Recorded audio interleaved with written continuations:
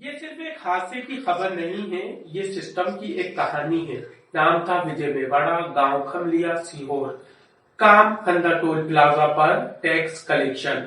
गुरुवार की रात वो ड्यूटी पर गया और ड्यूटी के दौरान उसकी मौत हो गई। आज हम आपको सिर्फ एक हादसा नहीं, एक पूरा सिस्टम दिखा रहे हैं। मध्य प्रदेश के सीहोर जिले में फंदा टोल प्लाजा पर काम करने वाले विजय मेवाड़ा ड्यूटी के दौरान एक ट्रक की चपेट में आने से उनकी मौत हो गई। पोस्टमार्टम भोपाल के हमीदिया अस्पताल में किया गया। अब तक तो ये सब साफ था कि एक कर्मचारी की मौत ड्यूटी के दौरान हुई, पर इस खबर में नया और अहम मोड़ है। जब हमारी टीम फंदा टोल प्लाजा पहुंची तो हमें जो जानकारी मिली उसने इस घटना की दिशा ही बदल दी। सूत्रों के अनुसार टोल प्लाजा परिसर में किसी आपसी विवाद के दौरान विजय मेवाड़ा को धक्का दिया गया था, जिसके बाद वो एक ट्रक के नीचे आ गया।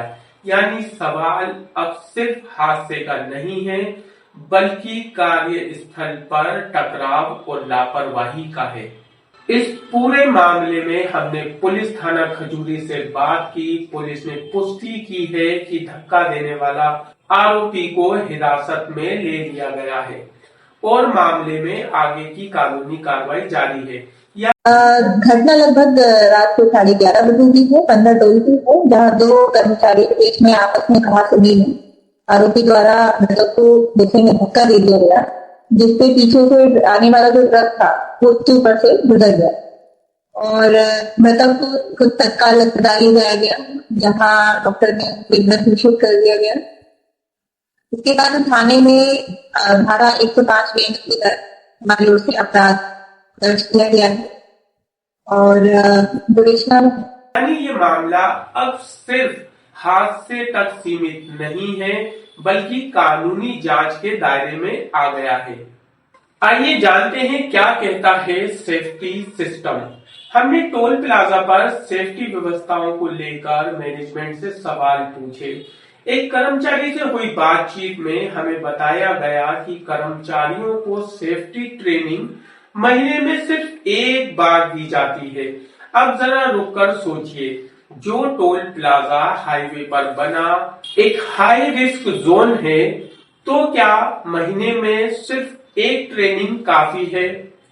आइए बात करते हैं सरकारी नियम बनाम हकीकत पर। भारत सरकार और नेशनल हाईवे अथॉरिटी के नियम कहते हैं कि टोल प्लाजा पर काम करने वाले कर्मचारियों को नियमित सेफ्टी ट्रेनिंग, विवाद की स्थिति में तुरंत हस्तक्षेप की व्यवस्था और दुर्घटना रोकने के स्पष्ट प्रोटोकॉल मिलना चाहिए।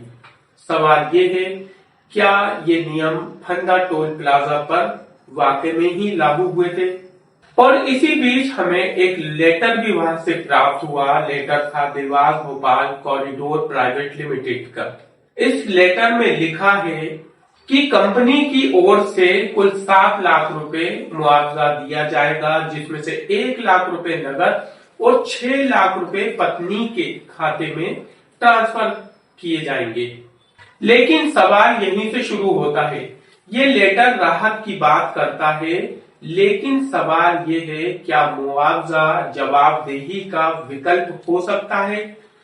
और अगर पुलिस के मुताबिक आरोपी हिरासत में है, तो क्या ये सिर्फ हादसा हो सकता है? और अगर कार्यस्थल पर विवाद और धक्का मुक्की से मौत की वजह बनती है, तो क्या ये सिस्टम की विफलता नहीं है?